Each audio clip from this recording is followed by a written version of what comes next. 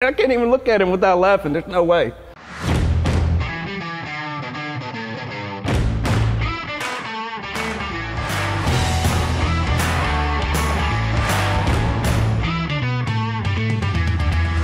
Hey guys, this is Sonny Farmer with Mountain Motorsports, and here we are once again. Welcome to the Pit Box. This is the show where we go behind the scenes, and I am sitting here today with a celebrity of celebrities right here, Pearson Eastham. Welcome to the Pit Box. Thank you, man. What are you doing these days? What's the name of your job, man? What do you do exactly? Working in operations now. Okay. And loving it. Work close with Robert, Jason, some of the regionals. What brought you here?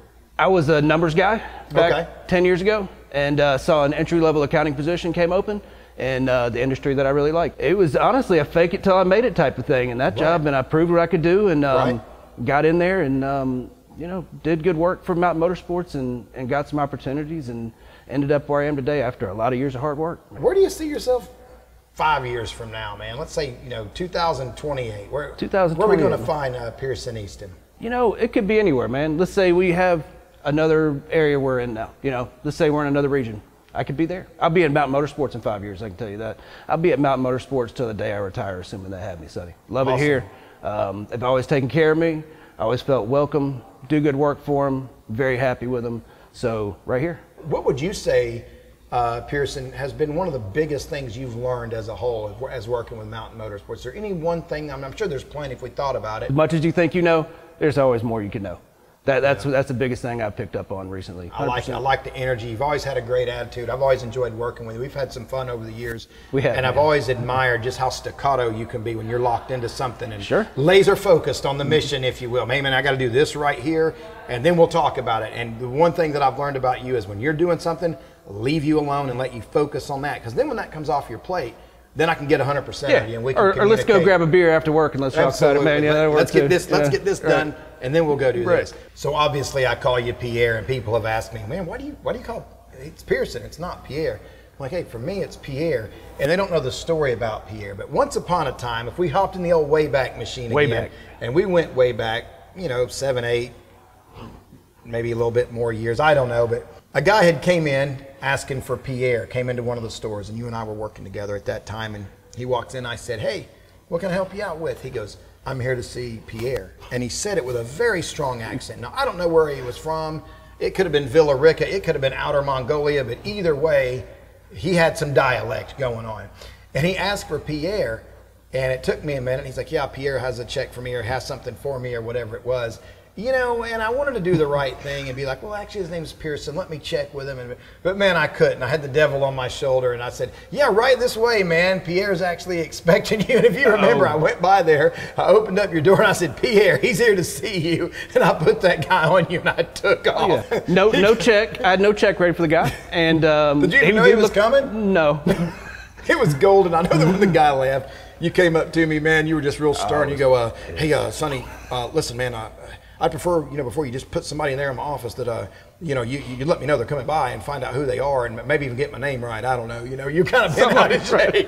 It's funny to look back on now and think, but I was ticked, he blew off in there, man. He was coming in hot to see Pierre. So if everybody wants to know why I call him Pierre, there it is right there. What do you like to do for fun? What does Pearson do at home? We're big into baseball, football. Okay. So we see a lot of baseball games, a lot of Falcons games, Braves games. Oh, like you go in person to see games? We do. Okay. Yeah, we had season tickets for both of them this year, and for Braves and Falcons. Braves and Falcons, yeah. Okay, so we're big sports people. I've got 2 kids and a spouse, so I do a lot of dad stuff, a lot of family stuff. Absolutely. Stars and strikes, things like that. Try to keep the kids entertained on the weekend. What are the age of your kids? 10 and 6. So they're at an age where you can really interact with them and go have fun. You got boys or girls? I got a 10-year-old girl, 6-year-old boy. Okay, so, one of each. I'd say a little bit of a variety there. Huh? Yeah, the boy's a wild one, the girl's a perfect angel. So I got my hands full with the little one, that's for sure. Which one of them requires the most attention out of the 2? My daughter. Really? She's yep. She doesn't require it, but she wants it, and she's always trying to get daddy's attention, which is awesome. So I try to make sure they feel like they're getting as much attention as they need from me, and it's hard to balance it, man. You know, you give one attention, and the other one's like, hey, well, what about me? What about me having 2 of them? I can't even imagine, man. My hat's off to you, man. I can't even imagine having 2. One alone, you know, as a workout. And, you know, talking to my mother, I mean, I had 3 siblings. There was 4 of us growing up. It makes you have a whole new respect for things, right? See, 2 parents, 2 hands. So It's not too bad. Man. You ever look at your kids and go, I'm responsible for this person? I took my kid to the swimming pool one time and I had to look at him. He's like, Daddy, I want to do this. Daddy, I want to do that. And I'm like, I want to put him in a cage, wrap him in bubble wrap. I don't want him anywhere. Yeah, you can go swimming, just don't get in the water. Right. I mean, you know what I mean? You get overprotective. You don't want to be that helicopter dad, but man, you got a responsibility there. You got these little lives looking for you. It's a balance, man. You got to let them do their thing, but you get that instinct to be like, hey, that's dangerous. Chill out, you know. But that's right.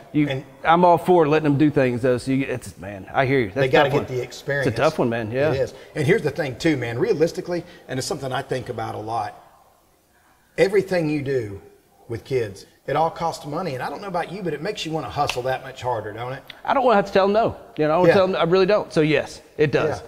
I'm happy where I'm at, but I'm never going to be satisfied with what I have. I'm always going to want more. Absolutely. And it's for me and my family. If you want to experience those things with the people that you care about the most, man, and when you're here, be at work. Let's work hard. Let's do this. And when you're at home, unplug, man. Unplug. Yep. Don't shortcut your family by trying to work from home all the time. You know what I mean? Right. Sometimes we work from home. Sometimes we have stuff that carries over and that we got to work on at home. Be where your feet are. Exactly. Absolutely. Yeah, your feet are at work, be at work. And that's tough to do, but you are much better off. I learned that in entree leadership, actually. Absolutely. That was one of the tenets that they promoted was, if you're at work, cut the home stuff off. If you're at home, make sure you're not focused on work.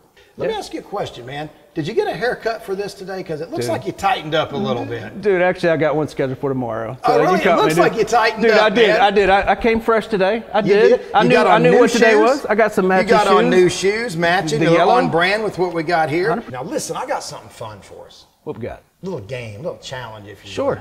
Sure. And it's going to be the try not to laugh. Okay. And what we're going to do is we're going to be equipping each other with dad jokes. And your goal is to try not to laugh, okay? Sure. Now you're going to go first, and you're going to tell me something, and I got to try not to laugh. Sure.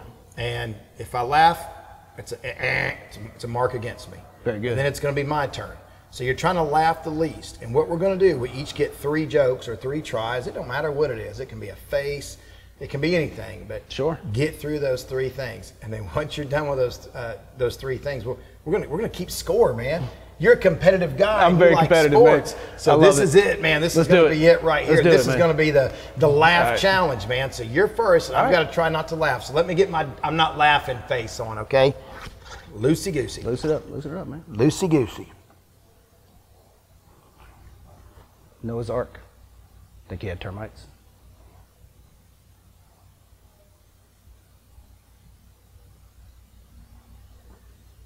Pearson, I went to the doctor the other day and I said, hey, I broke my arm in 3 different places. And he looked at me and he said, don't go back to any of them.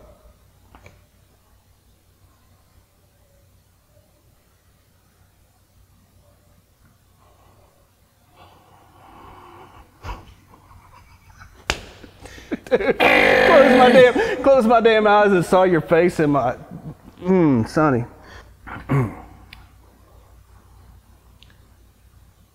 I can't do this anymore. I can't do this, man. I can't even look at him without laughing. There's no way. There's no way. I can't do it. You got to tell the joke. Okay. I didn't like facial hair for a long time, but it grew on me.